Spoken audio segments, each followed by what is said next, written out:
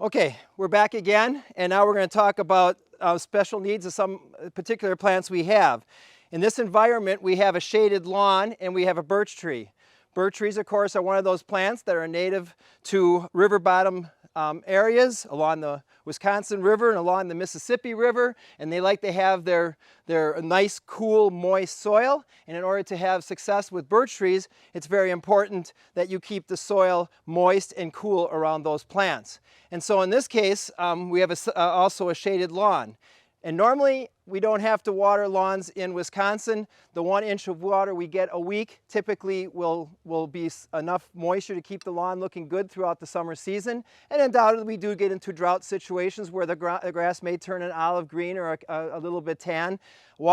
Turf can go at least 10 weeks without ample moisture. So if it goes a little dormant, take a break from mowing, have an extra beer at night, and don't have to worry about mowing your grass. And let the grass go. But in areas that are shade, the grass is competing with the tree for moisture, and that's a little special microclimate. So in this case, because of the birch tree and because of the shaded lawn, I do typically water these areas quite often. And the most effective tool for that is one of these old-fashioned type pop-up sprinkler heads. It's called a Can't Beat 'em. They've been around for at least 75 years, and you can't beat them. It's my favorite. And so this is what I use typically in small areas like this. And the same rules apply. You should only be doing this in the morning hours, because now, of course, I'm going to wet the turf. I'm going to moisten the area around this area. And so you'd want to do this only in the morning so that the turf has a chance to dry off before evening to avoid having turf problems.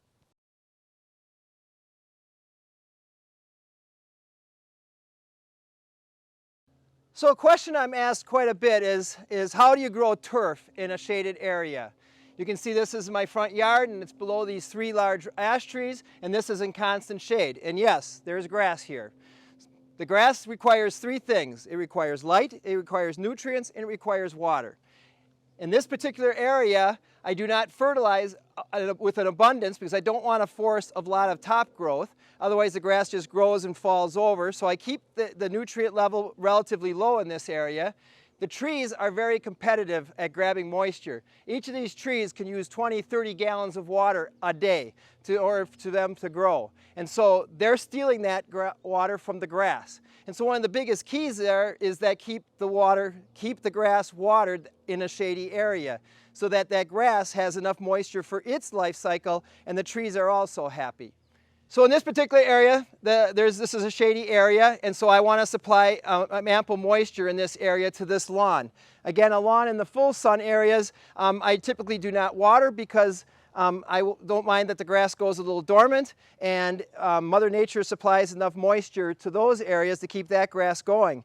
But when it rains, of course, the tree has a natural drip line. And so when it rains, where do people run to get out of the rain? They run to the base of a tree to stay dry. And that's exactly what happens underneath the tree.